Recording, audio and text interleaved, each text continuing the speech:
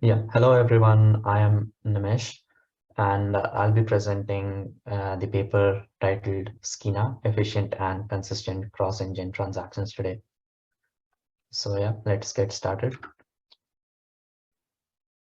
So here is the outline of my presentation. So I'll go over some introduction, especially over single engine databases and multi-engine databases and how they differ from distributed databases. There is a database model that Skeena assumes, so we'll go over that. And we'll discuss cross-engine transaction issues, the design and implementation for Skeena, and finally evaluation. So just to start with the single engine databases. So traditional databases are storage centric, but with advances in memory DRAMs, modern machines feature large amounts of DRAM, which enable certain use cases. So for example, you can fit large working sets or entire tables in memory. Which has led to the development of memory optimized database engines. With memory optimized database engine, you can offer lightweight concurrency control, indexing, and durability design. So they are highly efficient over storage based, and they perform significantly better than storage based engines. And now coming to multi-engine databases. So what are multi-engine databases? So they use at least two database engines on a single node. A special case of that would be a dual engine fast slow database. So coming back from storage and memory based engines. So a dual engine fast slow database will integrate a memory optimized database engine along with a storage based traditional engine. So both the engines would share certain services, for example, a SQL parser. However, each engine is still autonomous with its own indexes, concurrency control, etc. So there are zero to minimal changes to a database engine in a multi-engine database setup. An application can judicially use tables in both the engines. However, a table doesn't overlap engines. So a table is fully managed by one and only one engine, and it is usually declared at the time of table creation as to which engine is going to manage that table.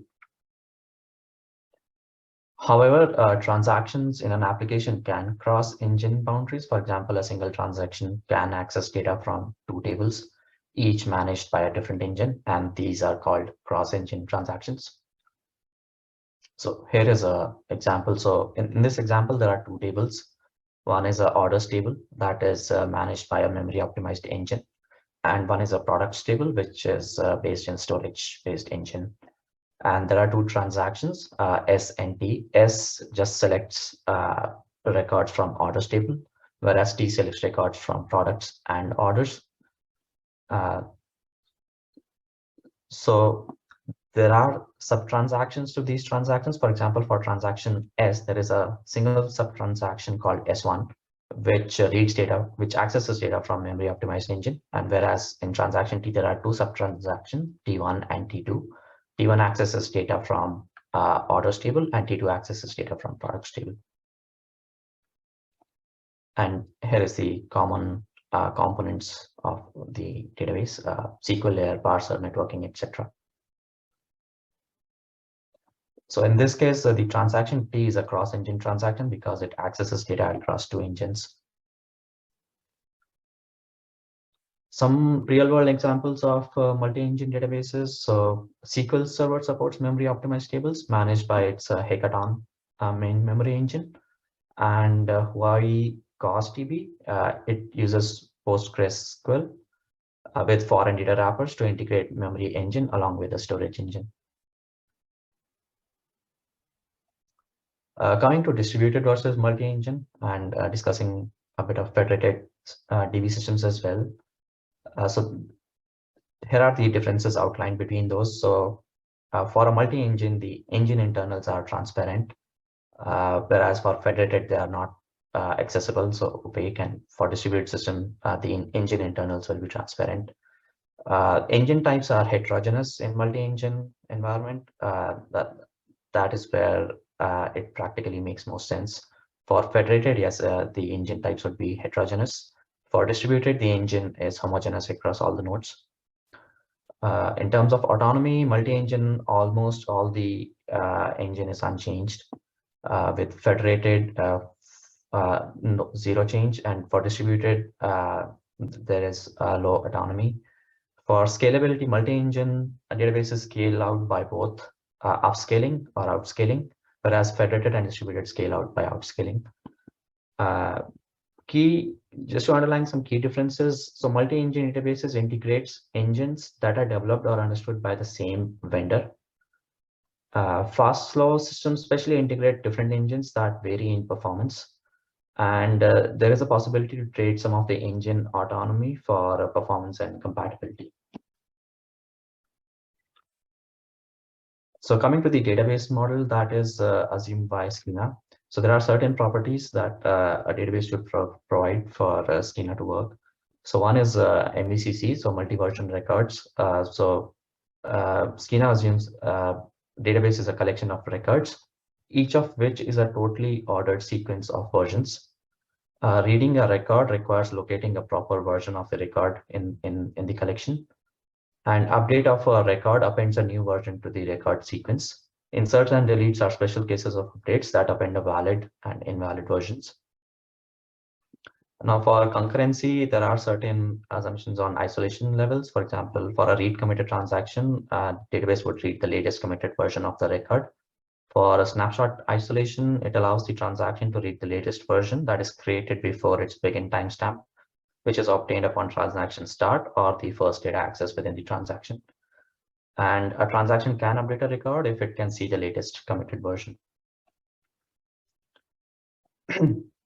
Regarding asset properties for both single engine and cross engine transaction.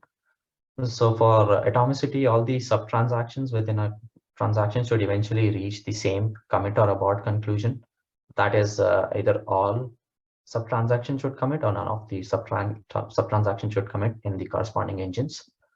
Consistency, all transactions should transform the database from one consistent state to another. Isolation, changes in any engine made by a cross-engine transaction must not be visible until the cross-engine transaction commits. That is, all sub-transactions have committed. And for durability, changes made by cross-engine transactions should be persisted while guaranteeing atomicity.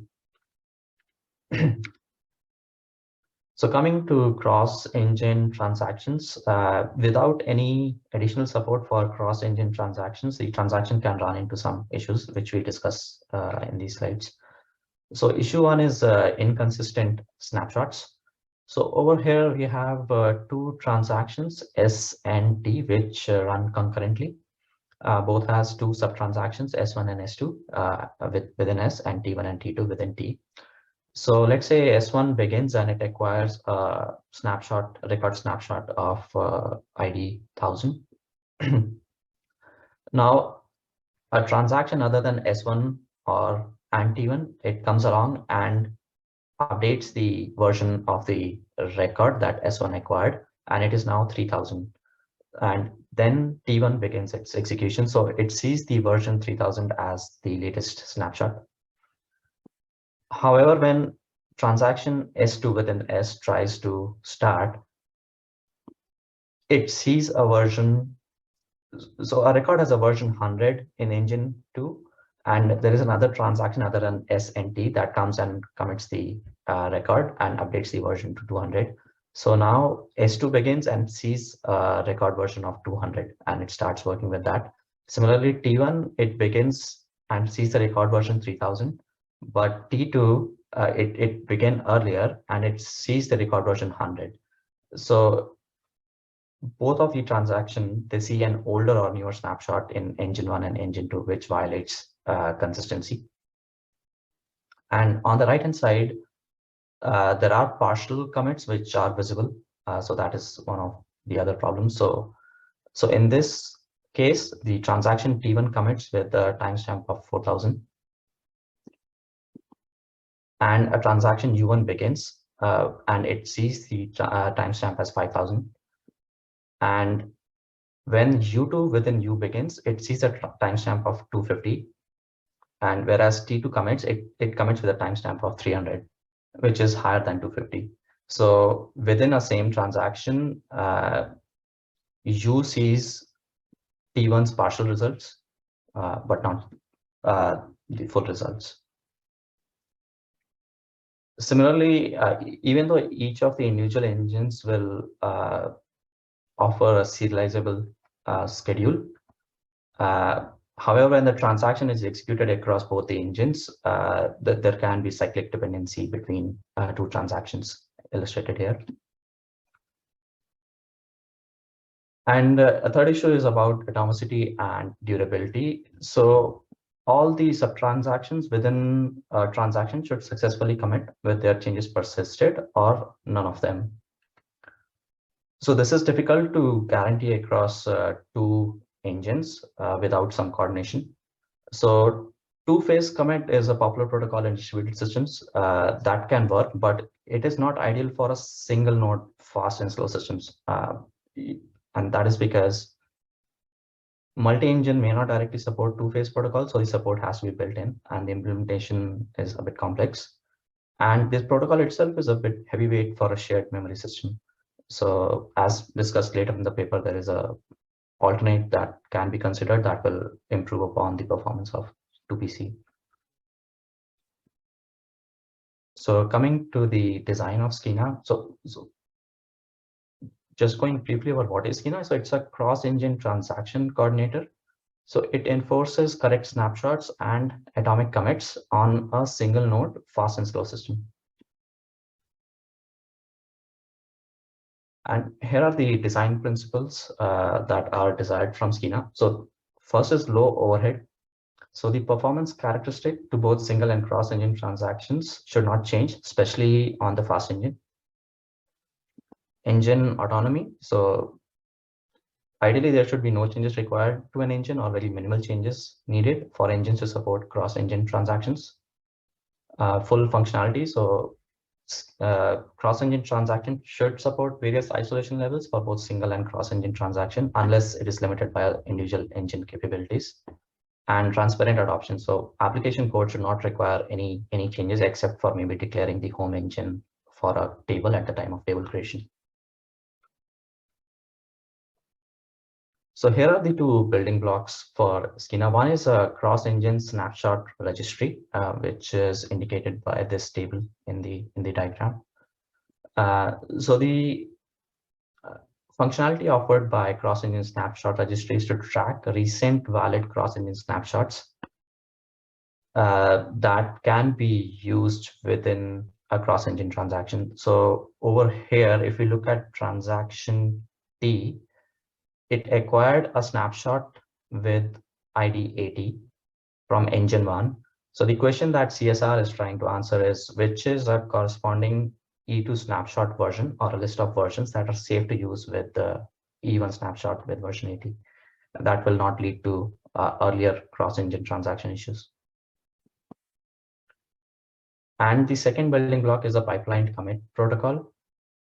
So as mentioned earlier, so when we are committing transactions across two engines, we want all sub-transactions to commit or abort. However, in the case of multi-engine, it is tough because as soon as a transaction is committed in one engine, it becomes visible. So we need a commit protocol that is cross-engine transaction aware. And the paper adopts a well-known pipeline commit protocol called Ether to achieve this. So here is the transaction flow within Skeena. So the applications keep using the existing APIs. There are no additional hints required for cross-engine transactions.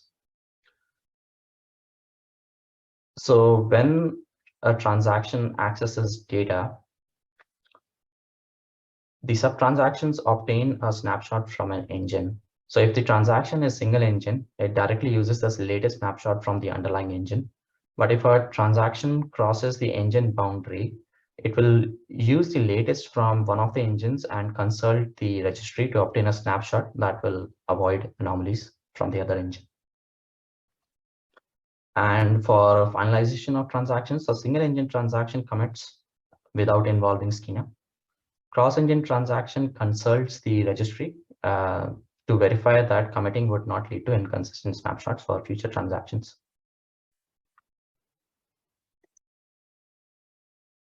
So there is a commit check that is added by Skeena in the commit protocol that makes sure that it's safe to commit the transactions within a cross-engine transaction.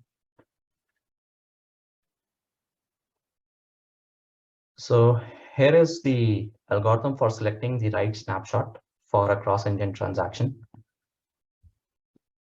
So it assumes that even snapshot is already chosen. So whenever a transaction starts from one of the engines, it gets the latest snapshot. And when it's trying to access data in the other engine, it tries to see what is a valid range of snapshots it can use from engine 2. So list of candidates is found using a forward scan on the ID of the even snapshot. And the forward scan is run until a higher ID is found in the table. So in this case, if 80 is the snapshot from engine 1 for transaction T, we are trying to find out what is the corresponding E2 snapshots that are safe to use. So with this kind of data, anything between 1200 and 3000 is safe to use from E2 for transaction T.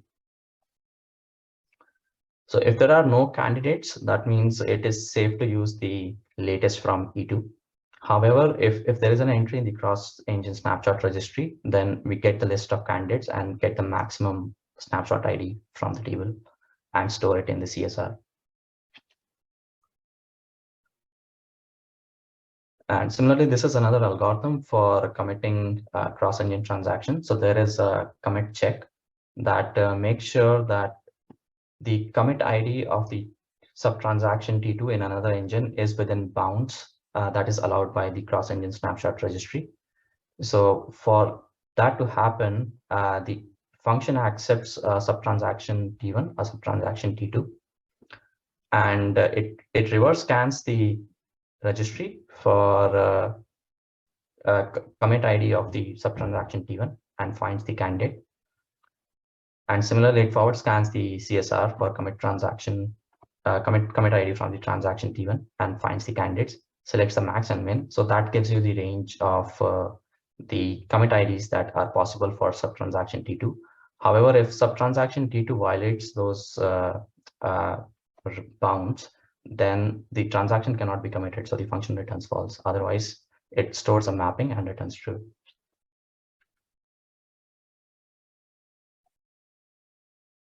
So this is an implementation detail of how to implement CSR efficiently. The insight is that it is cheap to obtain a snapshot in a memory optimized engine compared to a storage engine.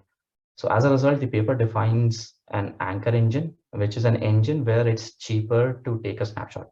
So the transaction always starts by acquiring the latest snapshot from the anchor engine, and it queries the registry when a transaction extends to another engine.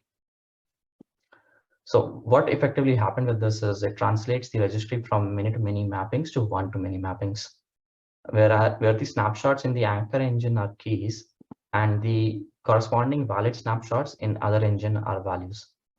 With this, CSR now becomes a range index. So the implementation uses mastery, which is a high performance in memory index, but any concurrent data structure that supports range queries will work for this. A little side effect of this is that the transaction that only accesses the slower engine becomes cross engine and needs to use both algorithms 1 and 2.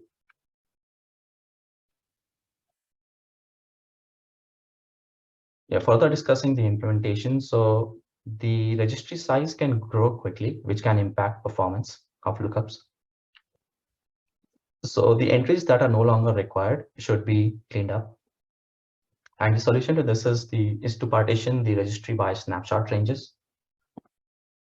So on the right, these are the partitions of the index, where every partition covers a unique range of snapshots, and every partition is fixed capacity. A new partition is only created when previous is full. So the garbage collection is is simply to delete an entire index instead of deleting individual key deletes. For concurrency, so index range, that is all these indexes are protected by a read-write lock. The individual indexes within the range is protected by mutex. The insight here is that the performance overhead of using this concurrency scheme is negligible compared to the storage path in a transaction.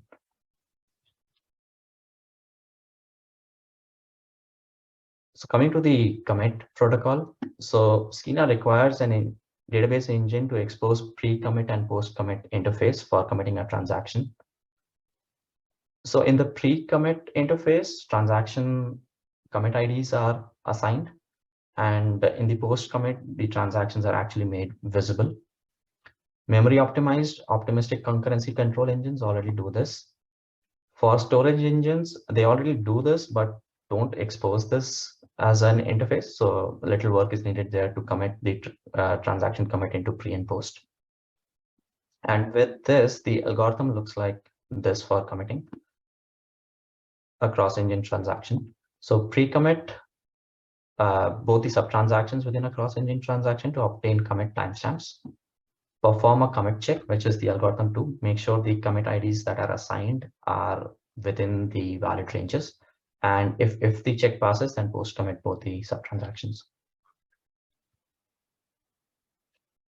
There are certain challenges in the commit protocol. So making sure that partial post commits are invisible until all sub-transaction across engines are post committed. The challenge here is that from a single engine's perspective, a sub-transaction is immediately visible after post commit. So maintaining this property across both the engines is challenging. And the solution that paper proposes is to extend pipelined commit protocol, which was originally proposed as an IO optimization. So some of the details within this protocol is that upon commit, instead of waiting for a log flush, there is the transaction thread appends to a global commit queue. And the results are visible internally, but not to the user application until the log records are persisted. And there is a daemon that tracks transactions awaiting log durability on the commit queue and dequeues transaction when the log records are persisted. So Skeena makes use of this scheme to make sure that commits across engines are atomic. So what it does is it pushes sub-transactions to commit queue after post-commit to prevent partial results from being visible, and the daemon tracks log flushes to dequeue the transactions. Coming to the evaluation. So talking about implementation, so the paper implemented Skeena in a MySQL database. So it used Armia as the memory engine, which is also used as the anchor engine in Skeena, and InnoDB as the storage engine. Cross-engine registry was implemented with 600 lines of code. Armia mostly aligns with the database model required by Skeena, and it was integrated with 2000 lines of code. Major changes, I think, were updating Armia commit pipelining code to consider both the engines. And there were certain changes needed for InnoDB, basically to expose the pre and post commit interfaces. And I think there were 83 lines of code that was changed for integrating with InnoDB. Coming to performance, for single engine transactions that do not cross engine boundaries, there is little to no overhead from Skeena. So -s over here is the engine with the Skeena coordinator running. And the numbers are throughput. So there is minimal change when Skeena is enabled for single engine transactions. For cross-engine transactions, when the workload is memory resident, InnoDB with the memory pool buffer performs significantly better than Skeena. And that is because the overhead of CSR dominates there. But as soon as the workload becomes storage resident, the overhead goes away, and Skeena becomes more performant than InnoDB memory based, because the storage path is the bottleneck in that case. And here is the throughput chart with some of the tables within PPCC benchmark. So as the tables are cumulatively moved from InnoDB to Ermia, which is a memory-based engine, this is how the throughput improves over the number of connections.